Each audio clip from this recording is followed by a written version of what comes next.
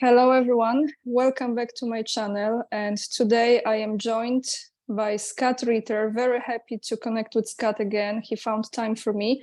Before we start, I want to apologize for my absolutely disastrous lighting because I'm in Sri Lanka, as some of you know, so it's out and in, off and on. Anyway, you can see me or you can hear me, you know this is me. Scott Ritter is back. Welcome back, Scott. Thank you very much for having me. I have a first question for you. Actually, we have a lot to talk about Poland today, but I will start with this. What Morawiecki, you know who is Morawiecki, Polish Prime Minister. I call him, many people call him Pinocchio because he's not truthful, very, very not truthful. So Morawiecki recently was visiting United States. And he was in Alabama, talking about very proudly about the agreement, about new purchases from US, the tanks and more tanks and tanks. But he mentioned something that I want to quote. The light came on. Exactly what he said. He said, "We are also striving for the Abrams ammunition course, depleted uranium course, and ultra-modern ammunition to be established in Poland." He emphasized that currently the biggest problem at the front is the lack of the ammunition. So I would like to ask you first, this depleted uranium that he's talking about to be used in the production, right, of ammunition in Poland, as I understand, how dangerous this is, the production process, and then after this is being used, what are the effects on people besides, I mean, if they survive, whatever was that attack, right, by it, but what is the final side effect after this being used on people? Well, I mean, first of all, the manufacture depleted uranium is a byproduct of the enrichment of uranium. You take natural uranium and it gets turned into a gas, and then the gas is put through centrifuges. That's the most popular way. And the idea is through the centrifuge process, you want to separate the U-235 isotope from the rest of the uranium, and the U-235 is the stuff that's used for the nuclear weapons. The depleted uranium, the reason why it's called depleted is because it's had all of the highly radioactive elements removed from it.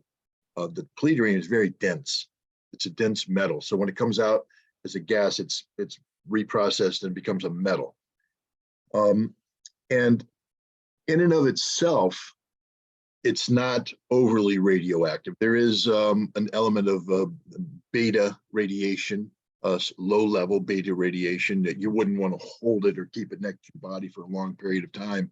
But generally speaking, you have more radiation in background radiation and things of that nature in nature. So the depleted uranium of itself is not a radioactive risk, especially short term. The problem with it is that it, when you use it as a weapon, it's what they're going to use it for in the tank munition is what's called a penetrator. So it's going to be like a rod, like a spearhead, and then that spearhead is going to be wrapped in propellant, and then they'll put what they call a sabot, which is like a aluminum shell over it, and that gets fired out of the tank round. And then the sabot separates and the penetrator hits armor. Because it's very dense, it's very good at penetrating armor. But as it penetrates, it's degrading, it's evaporating, so to speak. So it becomes particles and dust. And that's the problem, because two things. One, the guys in the tank are probably going to be dead anyway, so they don't care. But the people who come or get around the tank will be breathing in these particles. It gets on your clothing. It follows you wherever you go. So you'll be contaminated by this. If you breathe it in, it's heavy metal and it has the beta radiation. So this depleted uranium, if it gets in your lungs, is going to be sitting there, and it's pretty much a guarantee that you're going to get cancer. That way, it gets into your system, gets into your blood, you're going to get leukemia. It's in the soil and it never goes away. It's there forever. It's poison.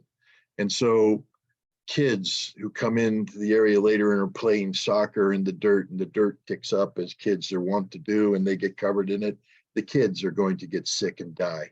Mothers who are eating the food and come into contamination, they're going to get sick and die, but they're also going to give birth to deformed children. Children will either be dead, deformed, or doomed to die. So it's a weapon that has an inherent attraction from a purely military standpoint, meaning it's a very good and inexpensive way to kill enemy tanks. But when you look at what it does in the long term, it's a poison and it doesn't go away. And in war, you end up firing a lot of these rounds. It's not like this is a one of, oops, we have a limited thing. They're going to be pumping tons of this material into the soil, into the atmosphere. So wherever these battlefields are occurring, they will become permanently contaminated areas that condemn the citizens, the civilians who live on them down the road to horrific suffering, which is why Russia says we don't want these on Ukrainian soil. We don't want this this poison on Ukrainian soil. The Russians used to use depleted. Look, it's a good weapon. It's a killer. The Russians used to make anti-tank rounds using depleted uranium, but after the lessons of the first Gulf War, where we poisoned the Basra area, after the lessons of Kosovo, where NATO fired 30,000 of these rounds, and now you have Kosovar men with high levels of leukemia and women suffering. The Russians in 2000 said, we're pulling these shells. We're not doing this anymore. We're going to make it different. They can use tungsten. Tungsten's expensive. One of the good things about depleted uranium is that it's relatively cheap.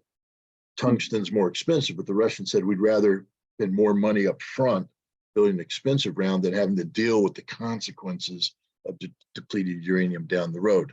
So the Russians, as much as you can make it take a moral stance during war, because all war is organized murder. But the Russians have taken a moral stance when it comes to a principled stance on depleted uranium.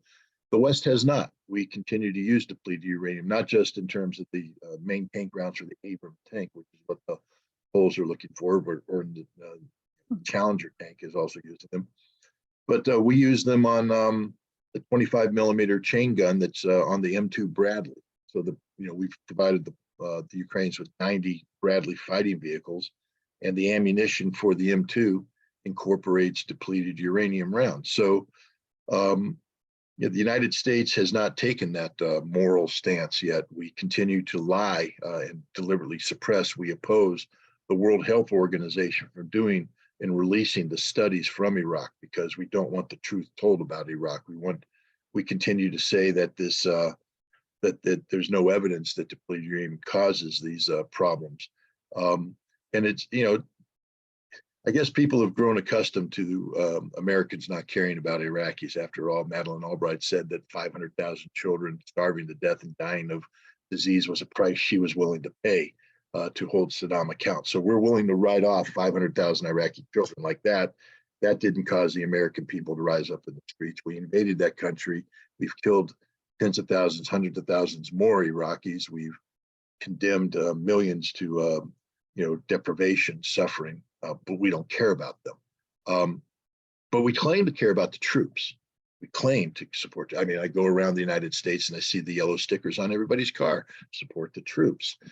But we don't, because if we did support the troops, we wouldn't support the use of depleted uranium, because the depleted uranium contaminates our own troops.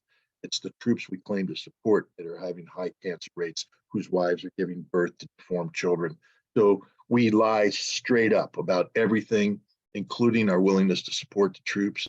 And anybody who says that we need depleted uranium, we don't. Look, we're the richest nation in the world for a moment. Who knows what's going to happen with the dollar? But right now, we're the richest nation. We spend, almost $900 billion a year on defense. Trust me, America, we can afford to get rid of depleted uranium and replace it with tungsten penetrators. It may cost more, but it's the right thing to do. And we should never allow depleted uranium to be sent to foreign lands like Ukraine. And the Poles are dumber than dirt for saying we want those weapons. The Polish-speaking government, I emphasize again, Scott. So as I understand, they are actually using some of it in this conflict in Ukraine right now, right? Are they? They plan on it. The Challenger 2 tanks, my understanding is they have not yet entered into combat, but the Challenger 2 tank, its system incorporates the depleted uranium rounds, and so if the Challenger 2 tank enters into Ukraine and is employed in combat, it will be using depleted uranium rounds. The Polish government wants to acquire the M1 tank. And Okay. so the M1 tank will have also depleted uranium rounds. Yeah. All right. Why I've asked you this, I don't know if you're aware, probably you are. We had been going on in Poland through very challenging situation with Polish farmers. And that is because of the Ukrainian grain. They absolutely flooded Poland with Ukrainian grain, which they were selling for half of the price of Polish grain. That grain was occupying the storages. It's absolute mess. And, you know, farmers are protesting. There's a lot of corruption in that as well, but that's another topic. Why I'm actually talking about this with you, because I was wondering, as there are talks and there are many videos that people show the level of poisoning in that grain that's coming from Ukraine. So when the conflict like this is taking place, and you've mentioned this with that depleted uranium, what could be in the soil and the earth and soil and the air, but now with what's taking place, the level of poison and toxicity, it's incredibly high, isn't it? Look, Ukraine has some of the best soil in the world, the deep, dark, rich soil of Ukraine. And so it's it's been called the breadbasket of Europe and the world for some time now. But people need to understand that Ukraine inherited from the Soviet Union industries that were not ecologically sound, ecologically friendly. Now, Russia has cleaned up its act. Russia inherited these bad industries, but Russia has enacted laws that are designed to be environmentally, not friendly. I mean, industry is never environmentally friendly, but at least sensitive to the pollution and things of that nature. Ukraine has not. It's because of the corruption. They just pump out whatever they pump out, whatever the risk. So they're dumping toxins, pollutants, the whole thing, and it's in the soil, and it contaminates. But it's not just that. The grain that you're getting in Poland, just like the grain era, has been stored for a very long time. It's very bad grain. It's much of it might be even rotten. It is, Scott. They Yeah, actually showing on the videos. Yes, I'm sorry to interrupt you. Absolutely, it's rotten. They actually showing the people in Poland. They show how rotten it is. Yeah. Because the Ukrainians don't do what they're supposed to do, because they're corrupt. You see, to live life right, there are certain things that have to happen. I mean, for instance, we know that drinking polluted water causes diseases. So as a society, we have decided to have water treatment plants so that the water that comes into the houses can be drunk without fear of disease, which is fine. But now imagine that you have to build a water treatment plant that actually does what you say it's going to do. And then once you do it, it has to be managed properly. It requires work. People have to show up to work, do the job. There have to be inspectors that come in and make sure that they're doing the job. That way society polices itself to make sure that which is necessary for a well-functioning society is in place. In Ukraine, none of that happens because it's all corrupt. Everything about Ukraine is corrupt. Everything from the bottom to the very top. People take shortcuts. People don't do the job. People collect pay. They take the chemicals that are supposed to clean the water. So my point is, when you store grain, you have to rotate the grain. You have to make sure that and that's work. So the grain goes into a storage facility. You have to mark the time and the place and all that. And then the grain itself has to be rotated, because otherwise it sits there and begins to ferment, it begins to rot. And the Ukrainians don't do that. But then they tell the World Food Organization that we have X amount of grain waiting there. And now the world, and then they sell it. And see, the Ukrainians don't care, because the World Food Organization takes it and sends it to Africa, and nobody cares about black people. No one cares about black people or brown people. That's just straight up truth. So the Ukrainians are more than happy to dump their garbage on there. But now, because of food shortages in the world, that grain is being diverted to Europe. And because, again, what people don't understand is it's not about the food, it's about the perception. You see, food prices it's a commodity. And so it's traded on a commodity. So as long as you're moving product, the traders keep the prices down. But if everybody acknowledges that the product you're moving is crap, excuse my language, rotten stuff that you wouldn't feed a cow, the prices will go up. But they can't do that. So they have to keep the product moving. And they're going to do it in a way to keep global food prices down, but that's going to impact the local farmers. It's going to impact the Polish farmers, the Hungarian farmers, all the farmers of Europe that, you know, grow their own crops are now having their crops being supplanted by cheap, rotten, crappy Ukrainian grain, which is not only rotten, but as you said, when you test it, it comes out high on heavy metals and other toxins, because the Ukrainians pollute everything because they don't do anything right. I don't mean to beat up on the individual Ukrainian, but I have to tell you, Ukrainian government has been nothing but corruption from the very beginning. It was born corrupt. It's only becoming more corrupt. And this war has, when you flood that much money, money without any strings attached, with no accounting, and you flood it into an already corrupt system, understand it corrupts everything. Yeah, so this whole grain thing, this whole grain deal, the Russians have seen through it from day one. They've been calling the Ukrainians out on it. They've been calling the world body out on it. But if Russia does the right thing, which is to shut it down, then it'll be accused of trying to create a food crisis, you know, for the rest of the world and weaponizing food. The only people weaponizing food right now are the Ukrainians. And you guys are paying the price. You're getting really rotten crap grain that's not worthy of human consumption.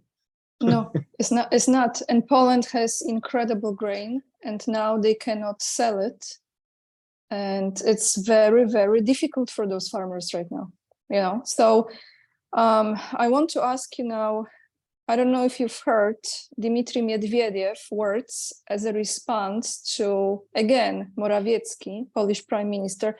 Morawiecki today will be like kind of our main topic because he speaks a lot, because he's the mouthpiece of the White House, and he creates a lot of controversy and a lot of frustration from different countries. So with Medvedev, for example, he responded to his words and he said that if the conflict in Ukraine will escalate into like official NATO-Russia war, and Poland is part of it, Poland will cease to exist, definitely, including the underdeveloped, I'm quoting, Prime Minister. So when Medvedev said that, I mean, he just said pretty much the truth.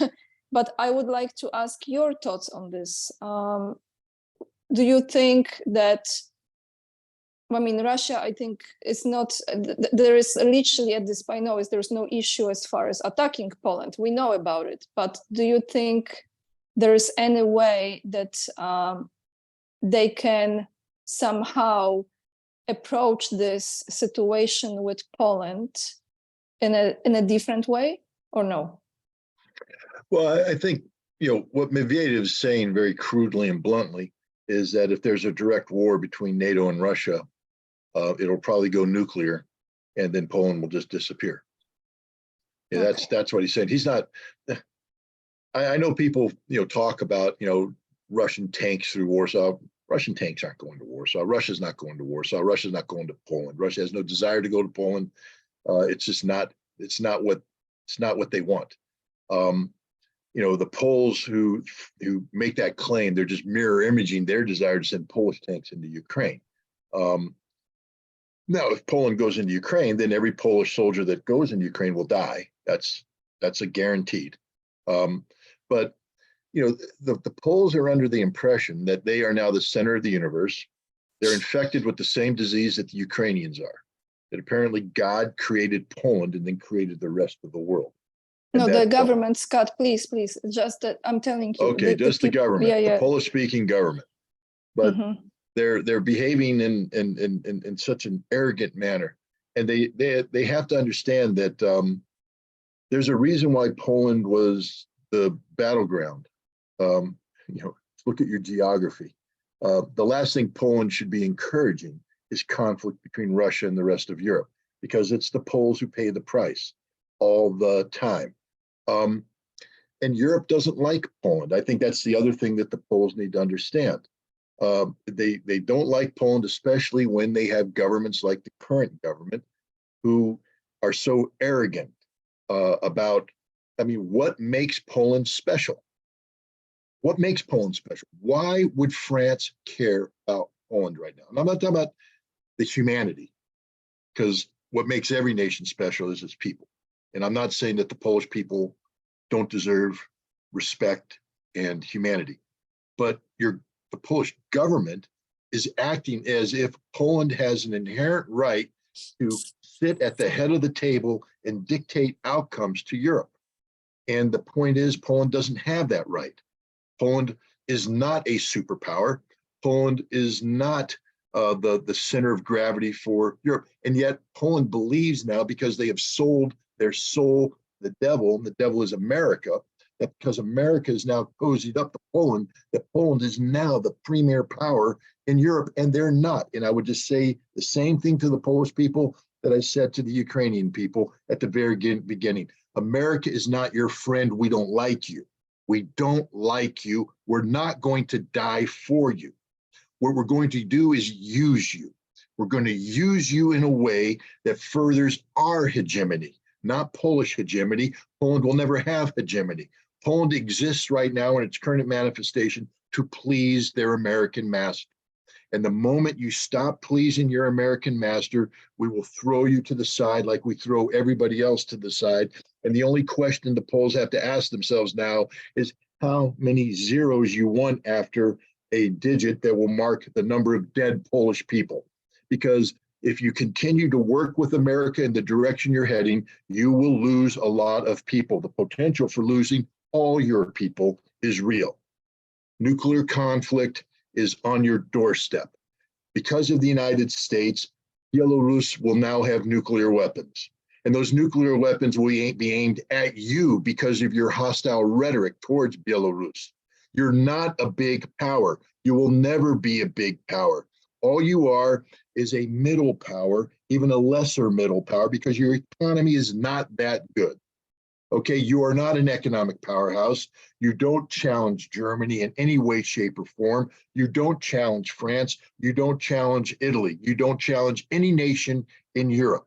Your mouth is bigger than your ability to consume the food that you're piling on the plate. You can't do what your government's asking you to do. And stop believing that somehow the Baltic states are people that are looking out for your interests as well. Understand that the Baltic states are just miniature Polands, meaning little nations that think they're bigger than they are because they have other European powers on their soil propping them up. The Baltic states would be eliminated in 1 week in a war with Russia. 1 week, gone, wiped off the planet. They're not there to help you. They're there to hinder you. Poland is best served by being a friend to all. I'm not saying Poland should turn its back on the West, of course not. But Poland should not be in a position of allowing itself to be used as a foil against Russia. And that's what's happening. And somehow your leadership is reading history and looking back and talking about grand Polish alliances and grand Polish this, and letting Zelensky come in and have conversations about making the border disappear and the confederation. It's a death trap. It is a literal death trap for Poland. Poland needs to understand that there's a reason why at the end of the Second World War, a decision was made to make borders final. Because once you get in the game of erasing borders, you then create notions of nationalistic fantasy where Poland can become greater than it currently is. Poland is great as it is. It doesn't need any more territory. It doesn't need anything but to live in peace and harmony with all of its neighbors. But that's not the direction Poland's heading right now. They actually believe, there's people that actually think that Western Ukraine is Poland and is going to be Poland. It will never be Poland.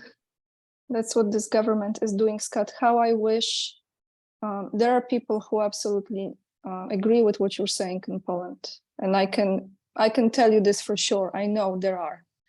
But I wish there would be more people who have more understanding of what's really taking place, because there are still some that are not aware of this, what you just said. But the government is absolutely doing very, very dangerous game right now. That's what they are doing. And I want to ask you, what do you think would be the conflict right now between Ukraine and Russia if Medvedev would be the president? I was just thinking about it actually today. If he, instead of Putin, would be the president now, how that conflict would look like with Ukraine? I don't think too much differently, and I'll tell you why. Because Medvedev has a role to play right now. He's not the head of state.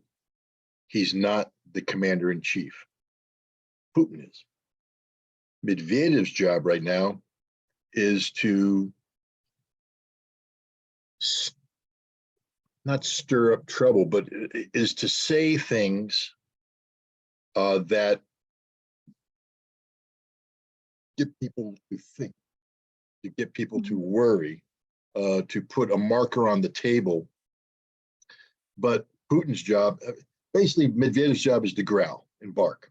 He's the attack dog that the responsible owner has on the leash. And when somebody comes too close, you let the leash off a little bit, and the attack dog does that. But Medvedev knows that's the role he's playing. If Medvedev ever became the person behind, he would have to change, because Russia, the leadership demands of being the Russian president are so great that it defines the person. So Medvedev would come in, and Russia would not tolerate that, because that's not Russia. That's Medvedev playing a role. But the Russian government is a government founded on maturity, responsibility, and set principles on how to interact with the world. It's actually pretty disrespectful of Russia to say that if Putin left and Medvedev came in, that all of Russia would change differently. What does that say about the nation?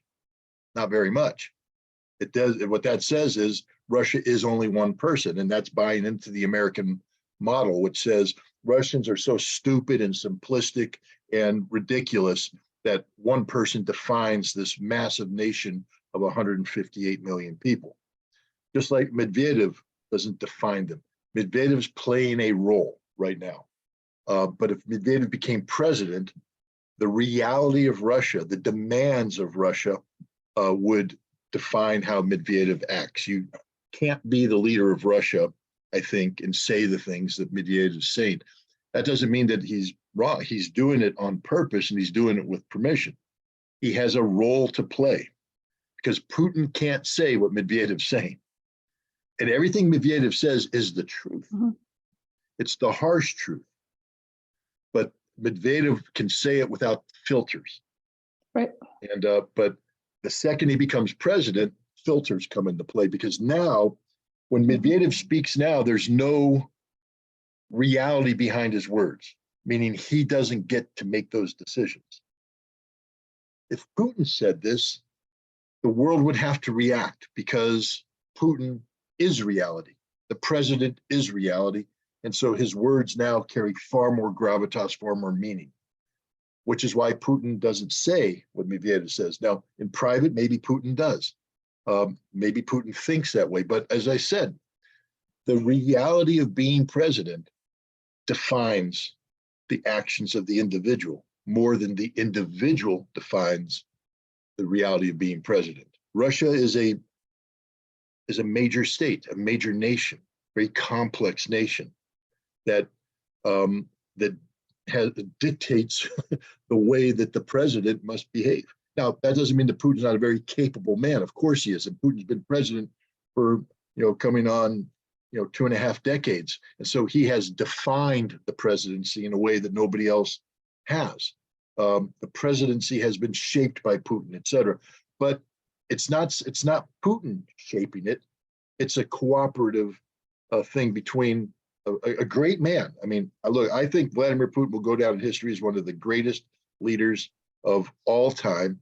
And for Russia, if the Russians don't understand that Vladimir Putin saved Russia, I don't care what you think about Vladimir Putin. I mean, and believe me, I could sit there, if I were a Russian, I could nitpick everything. He inherited the worst situation possible from Boris Yeltsin, a nation in total collapse, total disarray, no military worthy of the name, no nothing. Yeltsin had a pack of wolves around him when he left who were going to come in and devour Russia. And anybody who lived in Russia in the 1990s knows what I'm saying. I know because I have family that lived there. My wife's family lived there, lives there still. Life didn't have much meaning back then. People were starving to death. The life expectancy dropped.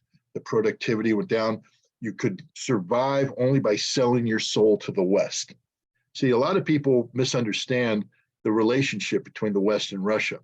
And especially a lot of Russians do. See, a lot of Russians fell into the belief that because somebody from the West extended a hand and picked you up and helped you, lift you up, gave you a paycheck and all this stuff, that they were your friends. They weren't your friends. They've never been your friends. They don't like you. You see, a friend doesn't prop you up. A friend helps build you up, helps you define who you are, build you up to be you, the individual. That's what a friend does. A friend doesn't take you, shape you into something that becomes a compliant tool of their power projection. And that's all the United States was doing with a select segment of Russian society. That's all the West was doing. We empowered oligarchs to steal all of your wealth, transfer it out of Russia, build themselves up, and then we threw crumbs at you and said, you must be happy, you must be satisfied with the crumbs. Vladimir Putin did not want to be president. He didn't come up and say, I want to take over from Yeltsin. In fact, he said the exact opposite when Yeltsin approached him and said, I need you to be president. He said, I am not the man. I'm not ready for this job. I don't want this job. And Yeltsin said, that's why you have to take the job, because everybody else here will eat this country. Everybody will eat this country. You're the only one who doesn't have the appetite to eat the country. You will save the country. And he did. Vladimir Putin saved Russia.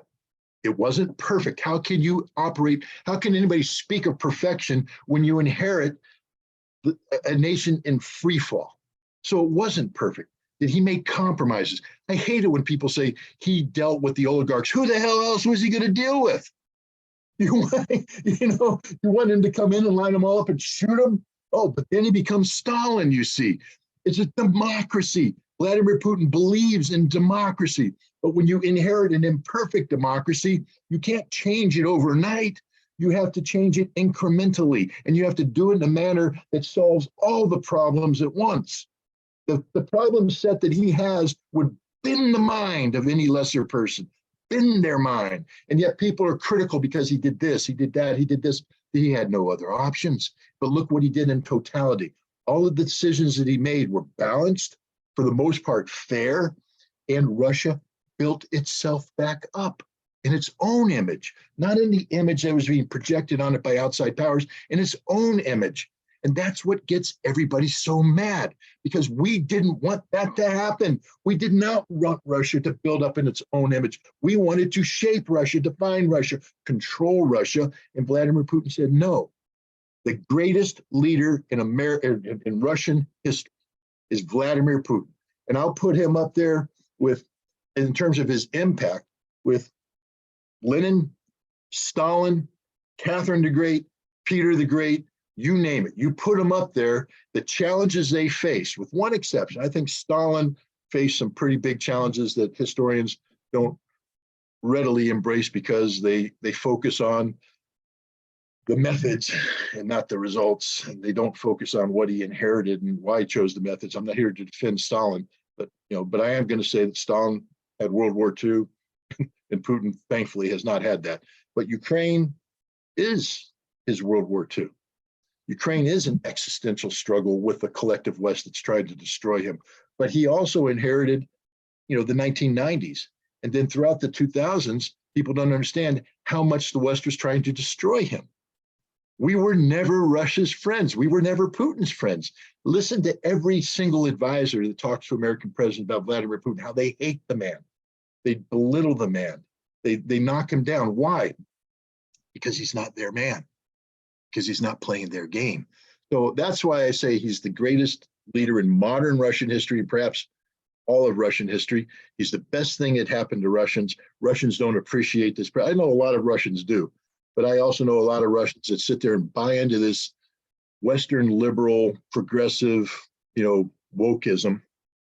Guys, it's poison. It's pure poison. We can get away with it here in the United States because we're a different country. That's what people need to understand. We have a different history.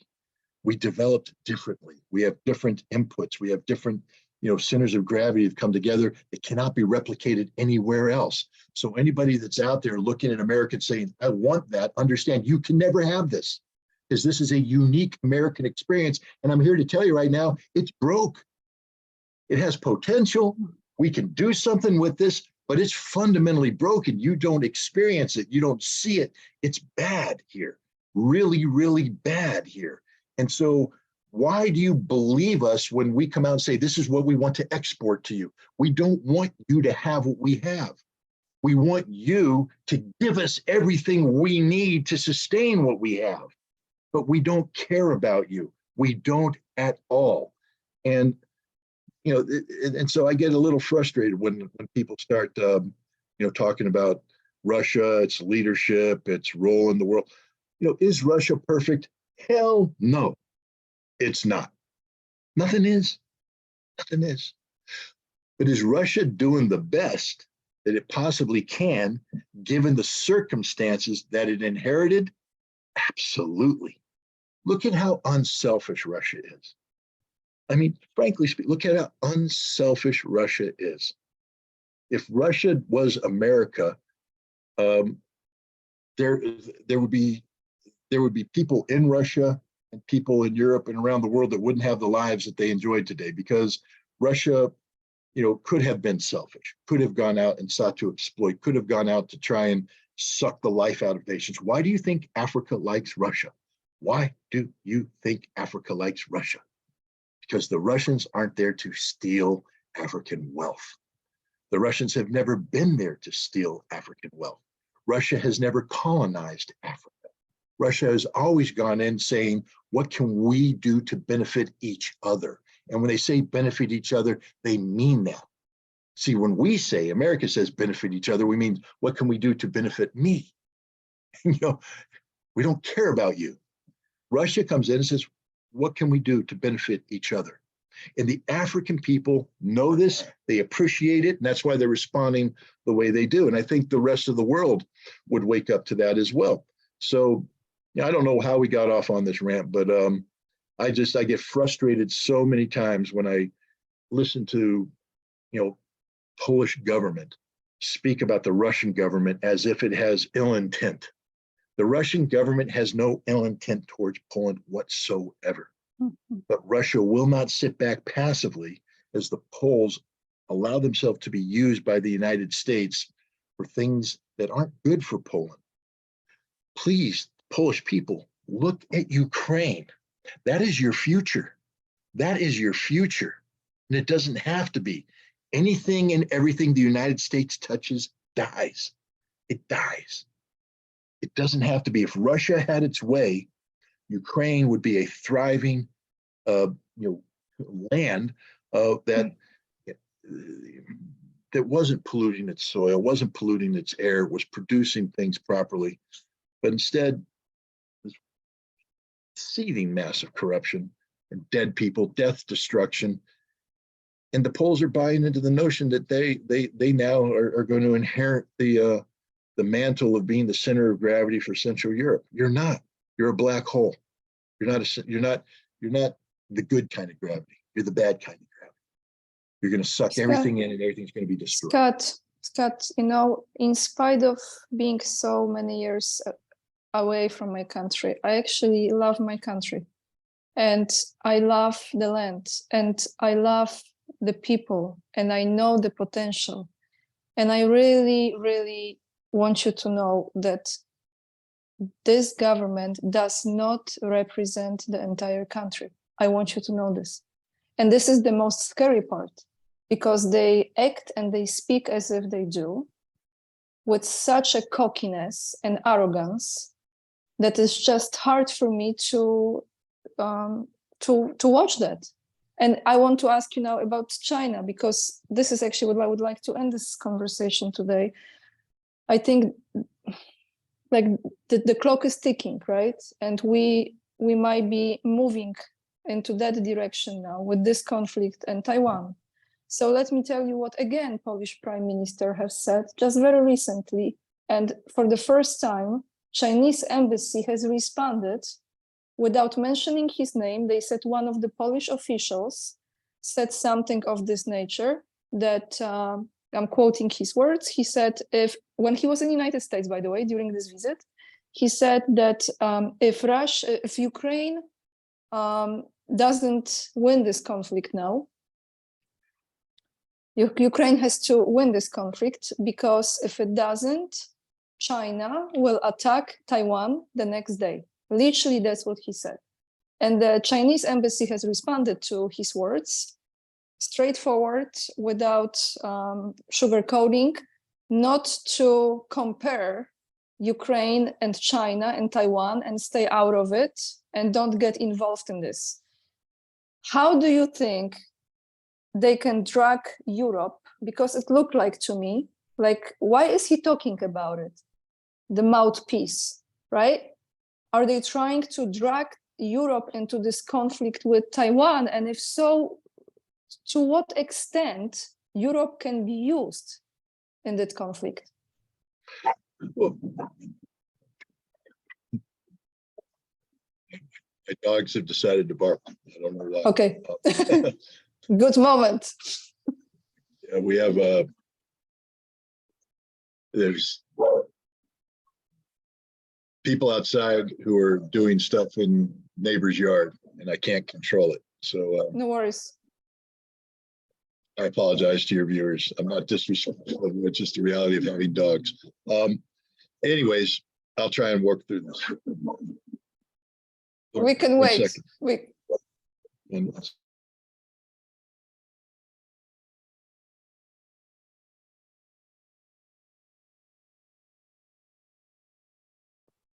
All right, we are back, everyone. The dogs calm down. Sorry about the disruption there. So your question was about China. First of all, let's just be real here.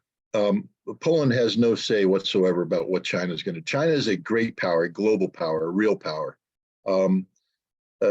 China in the last decade has spent $7 to $10 trillion developing economic relationships around the world through the Belts and Roads Initiative and development programs. Poland has done nothing.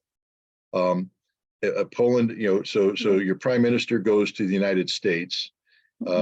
It's like a little kid walking on the football field with a football player talking tough to the other team. But you can't play football. You don't belong on the field. So no one cares what Poland says. What Poland's doing is the desperate act of somebody who's looking at Ukraine, realizing that they're going to lose in Ukraine, that Ukraine can't win. And so they're desperately trying to draw other people into the conflict by creating a false comparison. China and Taiwan is an issue that will be resolved by China and Taiwan. Poland has no vote. No one asks Poland's opinion because no one cares about Poland's opinion. So for Poland to express its opinion on this issue is obscene, frankly speaking. And it also shows this gross disrespect. I mean, again, if you're going to try and insinuate yourself into a conversation, at least be informed about it. Understand that China does not seek conflict with Taiwan, that the entire Chinese policy toward Taiwan is peaceful resolution. China does not want war. War is the last possible option, one to be avoided at all costs. That war will only occur with Taiwan if Taiwan seeks to become independent or allow other powers to intervene in a way that promotes independence.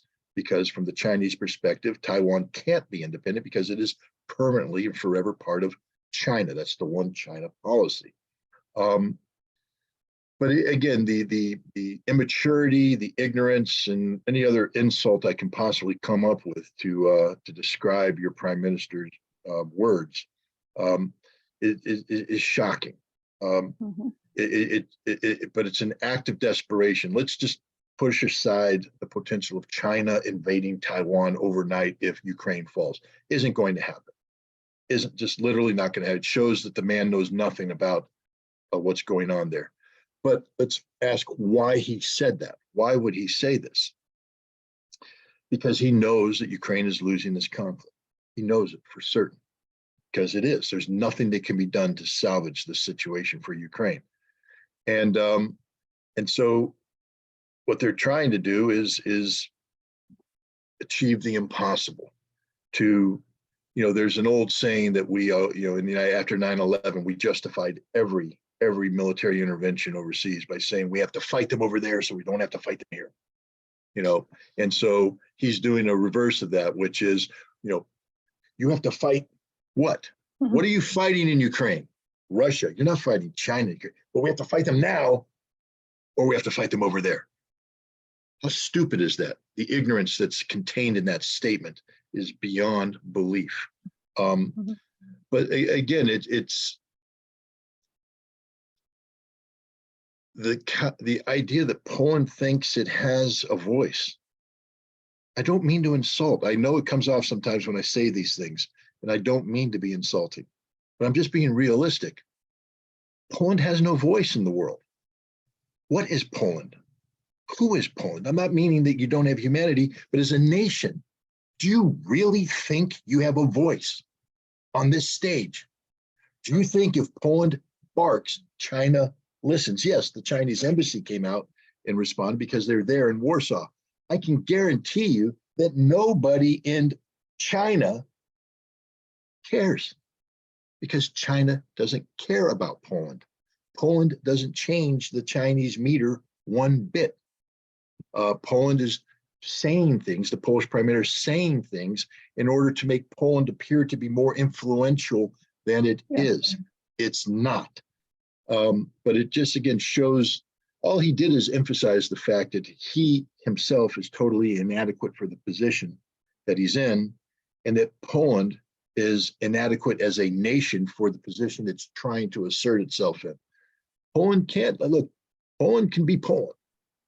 Every nation has a potential, a great potential.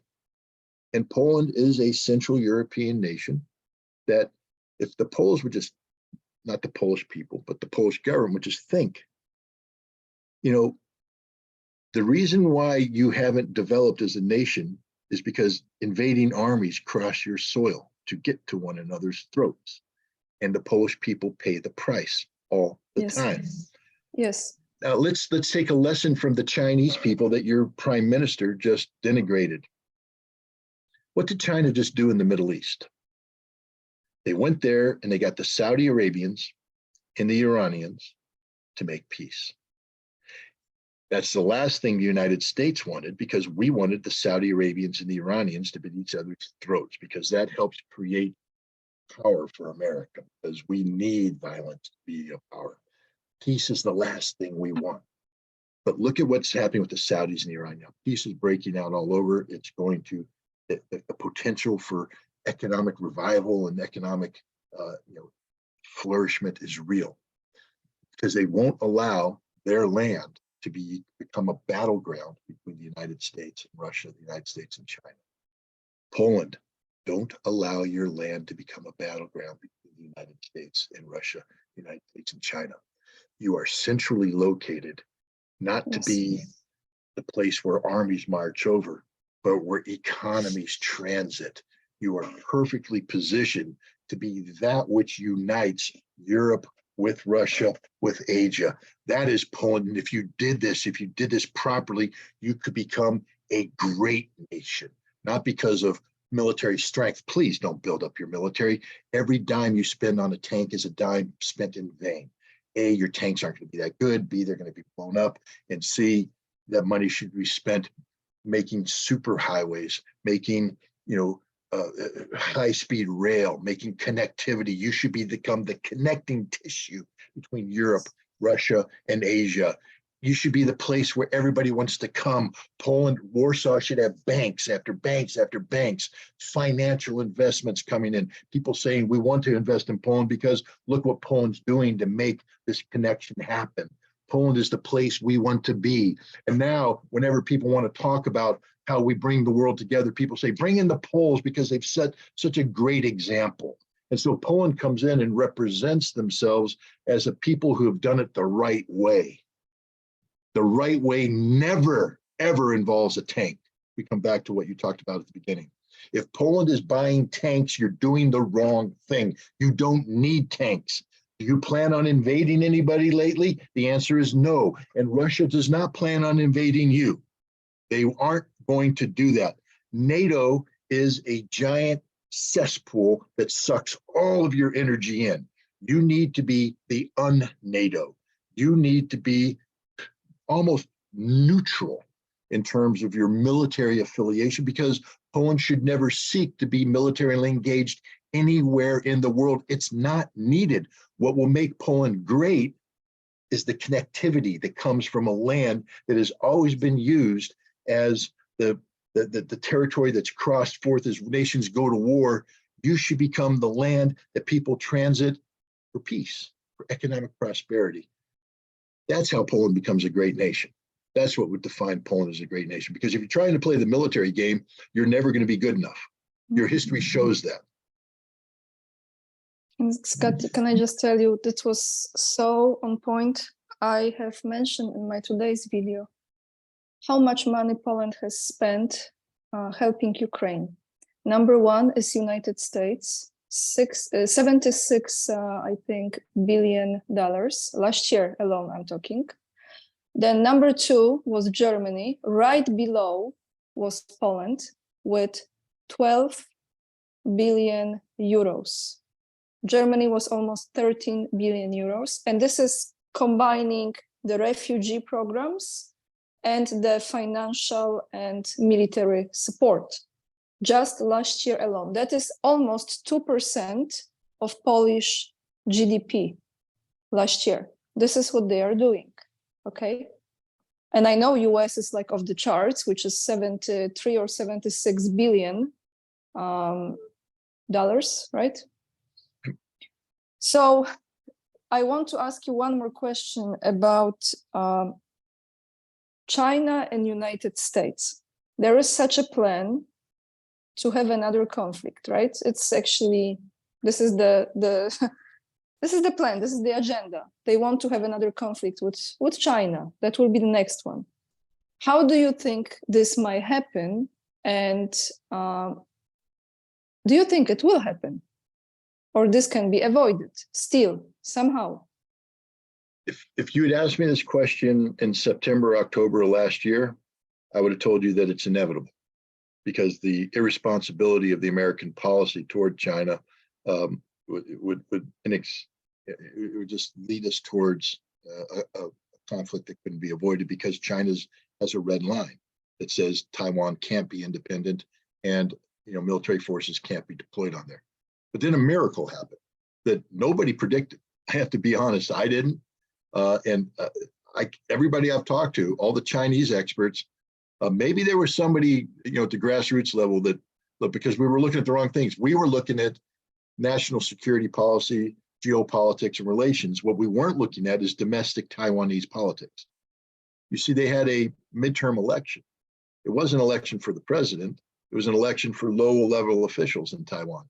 But the Taiwanese president tried to use this as a referendum for her cross-straits policy, her aggressive stance, her pro-Pelosi traveling to Taiwan stance towards China. And they got trounced by the Kuomintang, the opposition party, trounced. And the Kuomintang won across the board. It was so bad that the Taiwanese president had to resign as the head of her political party. She's still president, but she was in disgrace because she had disgraced her party. Since that time, the Kuomintang, looking to 2024, when the presidency will be up, has been traveling to China, meeting with Chinese government officials, touring the infrastructure, talking about how they can bring the two nations together economically, how they can work together, doing everything necessary to, show Taiwan that China's not a threat to it. And the Taiwanese people are looking at that, and then they're looking over at Ukraine, and then they're looking back and saying, we want high-speed super trains. We don't want destroyed cities. We want prosperity. We don't want refugees. We want, and all the United States can offer. I mean, listen, every time we open our mouths, we want to harden Taiwan, fortress Taiwan. Now, if you're a Taiwanese citizen looking at Ukraine saying, well, how'd that work for Ukraine? It didn't work out too well now, did it? We're going to, do this, that, we're going to sail ships, we're going to fly airplanes. And the Taiwanese are looking at it saying, yeah, but the end result is death and destruction. The end result is Ukraine. We don't want that. We don't want ships and airplanes. We want trade. We want good relations. And look at China. They're ready to do that. So when they're comparing and contrasting the two approaches, I think the majority of Taiwanese citizens are starting to say no to what America's offering because it's poison, and yes to what China's offering. Is it going to be that easy? No, it's not going to be that easy. But I believe that in 2024, the Kuomintang is going to win the presidency. And when they win the presidency, there will be no chance for a war between China and Taiwan, at least for 4 years, because they are going to be solely focused on doing the right thing, bringing peaceful coexistence between Taiwan and China. And they're going to reject what is a failed and failing model being offered by the United States. So I am very optimistic about the chance for peace. The United States right now, again, understand this, we, as much money as we spend on defense, we have zero real military, we have nuclear power, but all the money that we spent on aircraft carriers is money wasted because China has the DF-27 missile, 24 missile, hypersonic warheads that can't be shot down, that can precisely target the aircraft carriers and sink them before they get close to the Taiwanese shore. We've been buying into World War II legacy notions of carrier battle groups and power projection. And the Chinese have, and so have the Iranians, they've built weapons that say, it don't matter anymore. We'll sink your ship. We have airplanes. Think about where are, plot American airfields. This is a little exercise for people. If they want, plot the American airfields around Taiwan, measure the distance between the airfield and Taiwanese airspace, then calculate the amount of fuel necessary to get that plane to take off from where it's at, fly that distance, and return. Remember, because American pilots aren't suicidal. And then realize how many times that plane has to be refueled, especially right at the end, so it has the ability to operate and loiter over the battlefield, because otherwise you're just flying in and going home. And combat is high-speed maneuvering that eats up a lot of fuel. So you got to tank up before you come in, you're doing your thing, and then if you survive that, you have to come back and tank up again, so you can then fly home. And then you realize that that's impossible in a wartime environment, because those tankers are going to be shot down. They aren't going to be there. These planes are going to have to engage further out, which means they're going to be burning up their fuel further out before they even get to Taiwan. That this is a fantasy that America's living, because America's plotting out military capability as if this was flying over Afghanistan or Iraq that wasn't contested battle space by a power like China. China isn't the Taliban. China isn't ISIS. China is a major superpower in the world today, with military capabilities that are the equal of the United States, in some cases better than the United States. But we don't think this way anymore. We continue to operate as if we could do things like we did during the global war on terror. We don't respect the Chinese enough. And look where that got us. It got us in Ukraine. I mean, you know, we keep giving the Ukrainians magic weapons. The JDAM, it's a satellite guided bomb. Man, it was good for killing wedding parties in Afghanistan, or whatever, blowing up journalists in Iraq. It's very good because you could drop it, you could program in the satellite coordinates, and the bomb would be released from high up because there's no air defense anyways. I don't know why you have to fly that high. Maybe you can come in lower because there's no threat. It's not, you're not a brave person flying 30,000 feet over Iraq and Afghanistan. Okay, you're not brave because nobody's threatening to shoot you down. But you drop that bomb and it comes down and it hits where you want it to hit. But see, the Russians, they've been watching this and they've collected all the information about how the uplink works, how the downlink works, how the GPS works, the satellite guiding. And they went, huh. So if they try and do that against us, we're going to jam it. So we gave this weapon to the Ukrainians, think it was going to be a magic weapon, that we're going to be able to kill Russian soldiers with the ease that we killed Afghan wedding parties. But instead, we drop it in and the Russians jam it and the bomb goes stupid and it doesn't go anywhere. All of our weapons are that way. Everything we've given the Ukrainians just doesn't work. Even when we insert a new weapon, HIMARS, the high mobility artillery rocket system, which has been a problem for Russia. What's Ukraine using HIMARS for nowadays? To kill civilians in Donetsk. That's what it's good for, because the Russians have studied it and they've come up with a solution to the HIMARS problem. That doesn't mean that it's not deadly. Every weapon has, but it isn't. People are like, it's a game changer. It's a game changer. The M777 howitzer, it's there every day. Boom, the Russians are killing it. Boom, the Russians are killing it. Boom, the Russians are killing it. Why? Because the Russians have broken the code. You know who hasn't broken the code on Russia? Us. To give you an example, in the front lines, all the air defenses there is gone, by the way. Why? The Russians have isolated and destroyed pretty much the totality of Ukraine's forward air defense. Ukraine has some air defense over critical cities to protect infrastructure, but the front lines, there's nothing left. And what have the Russians done? They've created their own standoff munitions. So now their fighters come in well outside the range, but closer because they don't have to fear anything. And they drop these precision guided glide bombs that can now glide in, and they're taking out Ukraine. So all the time, whenever the Ukrainians gather their forces together, we're going to counterattack, gather together. The Russians say, not today. They drop the bombs and they kill everybody. And the Russians are doing that over and over and over again. I feel sorry for the Ukrainians that come in with their Challenger tanks and their Leopard tanks, because the Russians have been studying those systems for years. And now they've built designated killer groups, hunter killer groups, whose sole function it is, when somebody calls up and say, we have leopards, the killer groups will come in and they will kill all the leopards because the Russians are ready. The Russians have adapted. That's why Ukraine is such a debacle for the West, because the best that NATO has is being chewed up by the Russians in Ukraine, and NATO doesn't have a response, doesn't have anything left to give. Again, Poland, NATO is a lead weight around your neck that will sink you to the bottom of the ocean and you will be left to drown. That's the reality of NATO. And that's the reality of the Ukrainian battlefield. And that's why Taiwan will never allow itself to be used by the West for a conflict with China. So you don't think they will create a color revolution or have another form of sabotage there? I think they could try. I mean, we try everywhere. Of course we try. But, a color revolution often, it occurs in an environment where people can believe the fantasy.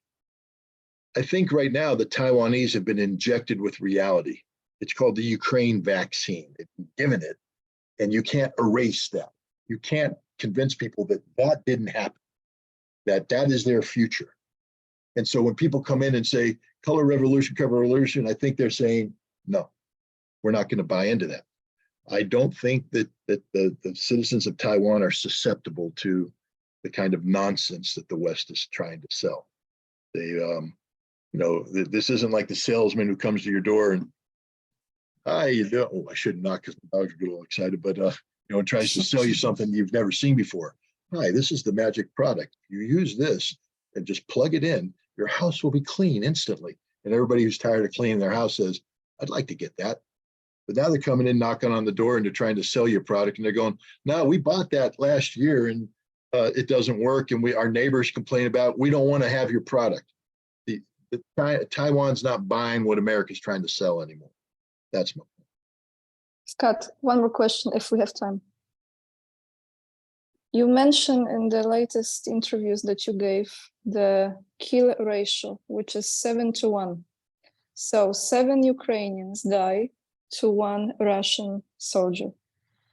First, I want to ask you, how many of those 7 Ukrainians were actually in fact Ukrainians, in your opinion? And the second thing is, within this ratio, how this number will change in the next months?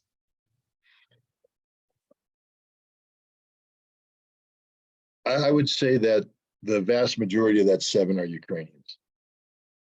Right. I mean, I can't break it down and be more precise, but I know there's a lot of emphasis has been placed in some circles about mercenaries fighting on the side of Ukraine. But let's just say, let's look at Poland, which I believe there's a lot of Polish mercenaries, or sheep dip soldiers, whatever we can call them, fighting.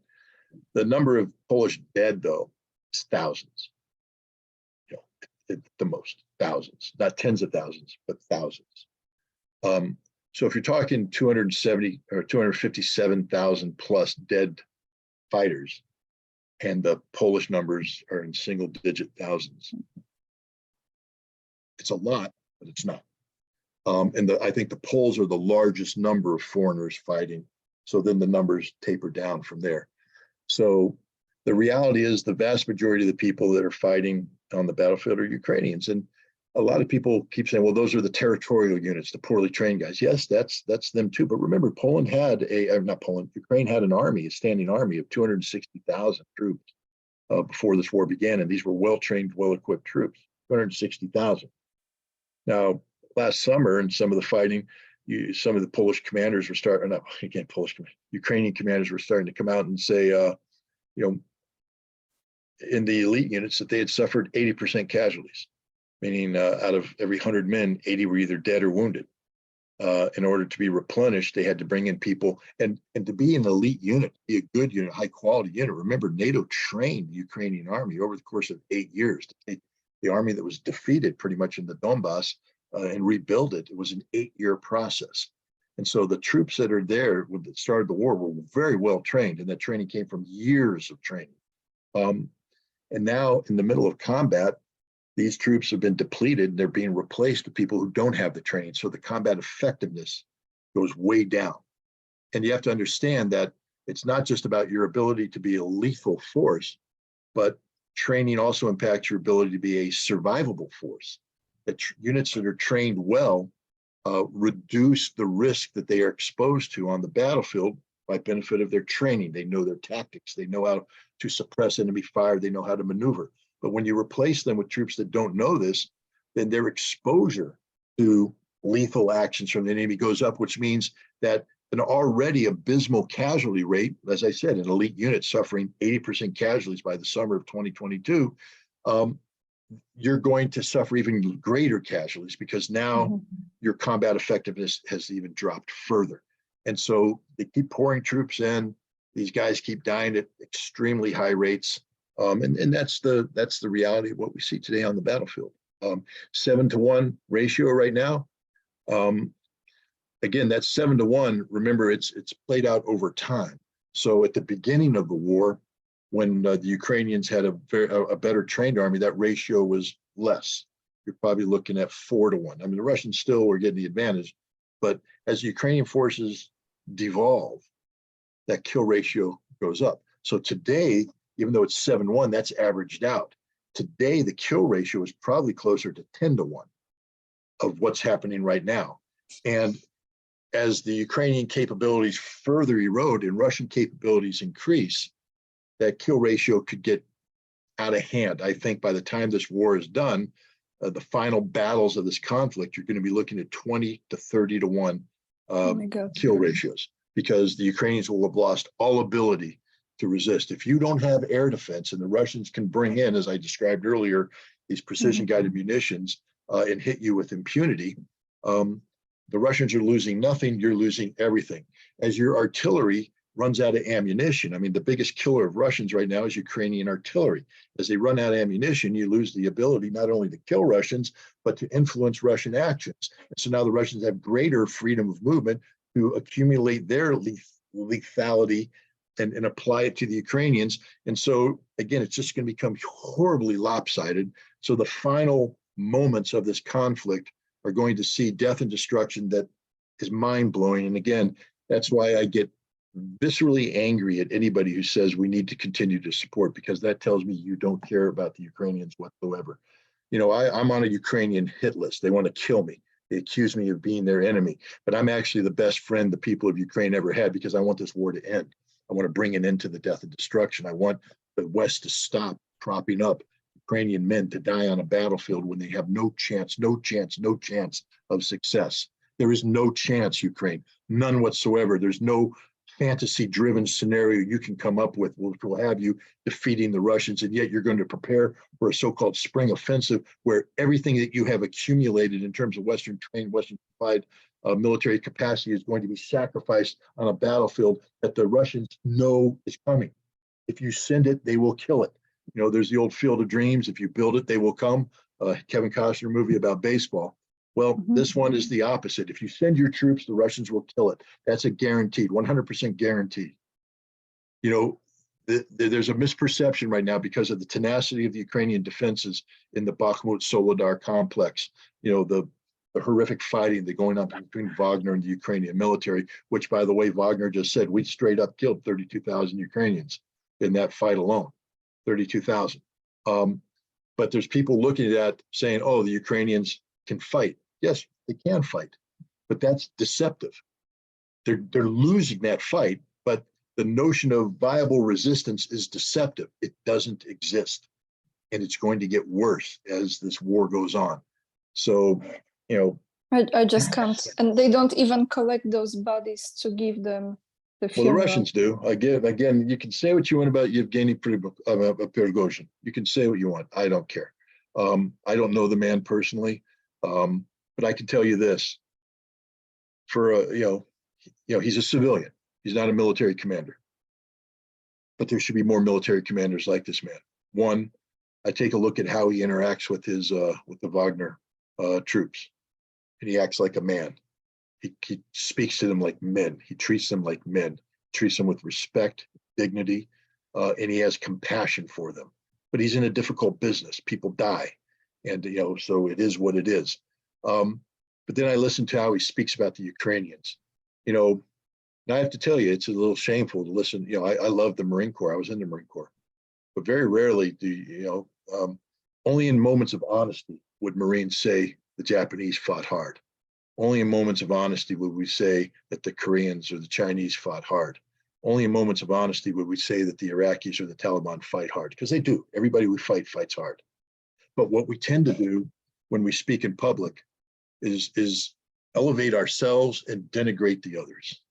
We kicked their butts. We did that. They weren't capable. They can't fight. They're this, that, or that, the other thing. Prigozhin has never done that about the Ukrainians. He said these are the hardest fighting people he's ever met in his life. He keeps telling people, stop telling me to move faster. I can't move faster because these guys are good. These guys are fighting. They're brave. These are brave men that he's fighting. And then when they die, his troops collect the bodies.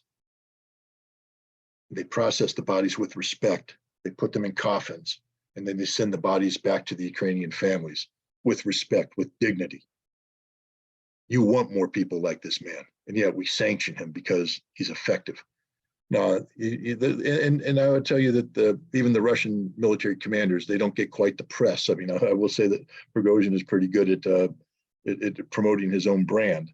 And there's reasons for that, because it's a transitional time and he's looking out for the welfare of men. It's succeeded. Now we have the Russian parliament passing laws which will grant combat veteran status to the Wagner fighters, which Prigozhin has always asked for, because these are men who are sacrificed, and they've sacrificed limbs, bodies, everything, and they should be respected and treated well by the Russian nation. And so now that's going to happen, which is why Prigozhin has been playing the PR game the way he has. You have to. Politics is politics wherever you live. But, Russian military commanders, I don't see them speaking lowly of the Ukrainians. I don't see them denigrating the Ukrainians. I don't see them treating the Ukrainians as subhumans. Now go to the Ukrainian commanders and listen to them talk about the Russians and all that. I mean, it's total opposite, the total disrespect that they have for the Russian soldiers. And it's not disrespect because the Russian soldiers can't fight. It's because they're so hate-filled. Their minds are warped. They can't view the Russians as human and such. The contrast between the Russian approach to war and the Ukrainian approach. And the Ukrainian approach, remember, is the Western approach. How little respect we have. Now I come back to your prime minister. When was the last time he said something respectful about a Russian? When was the last time he said something respectful about Russia? The answer is never. What a fool he is, and what a fool any member, any Polish civilian citizen would be for buying into the notion. The Russian nation, the Russian army, the Russian people do not have bad feelings towards the Polish people. I think the Russians would prefer to live in peaceful harmony with Poland, respectful of Poland's legitimate sovereignty, respectful of Poland's place in Europe. They're not trying to impose their will on Poland whatsoever. But the Poles somehow believe that they have a right to impose what? It's not their will. Poland is being used by the United States. If Poland doesn't understand that, then that's a lesson they'll have to learn in the grave, and that's a tragedy. We will end this here, Scott. Thank you so much for coming today to have this conversation with me. If you would like to follow Scott and support his work, the best way is to visit Scott's website, and I will put the link down below the video. Telegram, Twitter, I believe, as well. I'm still banned on Twitter. Okay. The books as well. We will have the links down below here. And anything else, Scott? Any other platform? YouTube channel? I think everything's accessible via ScottRitterExtra.com. Yeah, we use it as a one-shop stop. Yeah. Yes. So just visit the website and you have all the links there to Scott's work. Thank you so much for your time today and for answering all my questions and some extra questions. I really appreciate it. Thank you everyone for watching, and we see you in the near future.